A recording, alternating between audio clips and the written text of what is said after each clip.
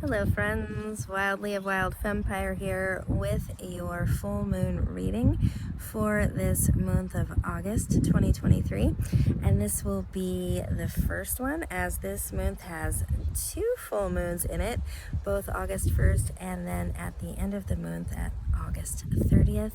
And what else is truly fun and spectacular about this month is that both of these full moons are supermoons, meaning that they are within 10% of being the closest that the moon can get to Earth. And when this happens, it tends to really have an impact on the tides. So we will have really high tides during this month of August. And I personally really like to feel into the power of these moons in relationship to the waters of my body. So if the moon being in close proximity in this way has such an impact on the oceans, these large bodies of water, then of course she's going to have an impact on our bodies as well. And we have two supermoons here in the month of August, which is a semi-special occasion. It's often referred to as the blue moon when you get two full moons inside the same calendar month. So there's something special here. There's something really potent in this month of August. And the card that I drew to sort of encapsulate the energy, not just of this full moon, but the bookends of these full moons and how they are really being stretched out across this one month, is the Knight of Swords. And so for myself, whenever a knight comes out, it represents great mystery, sort of pushing me out of the nest and suggesting that it's time for expansion. It's time to step out of the comfort zone. It's time to explore new territory. The knights will remind us that we are becoming complacent or perhaps too comfortable in the way things are going in our lives right now. Or perhaps they've become so overwhelming that we are numbing out and stuck in inertia and trying to forget that we have dreams or goals, or that life might be calling us forward and outside of just the to-do list and into joy and satisfaction once more. And this particular night is also the night of fire. So it's representative of passion, action, sensuality, being in our bodies in a very sensual way.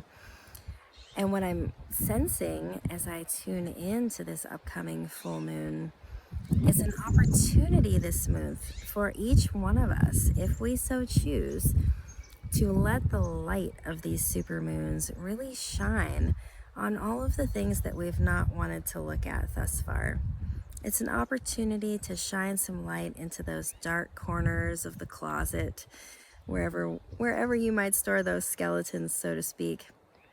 And allow yourself to do a little digging and maybe pull out and dust off some old dreams, some old goals, some old desires that have been tucked away because your brain told you they were illogical or unimportant.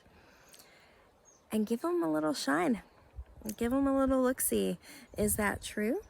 Is that true? And if so, is it time to put that project or that dream into the compost to make space for the next new dream?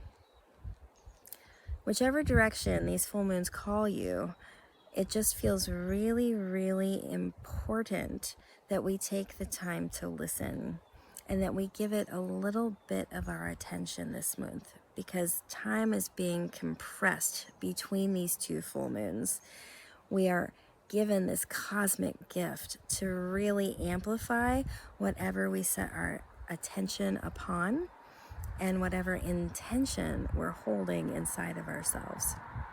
And only you get to be the boss of that. Only you get to choose what you're going to set your attention on, what intention you're going to set into the field around you.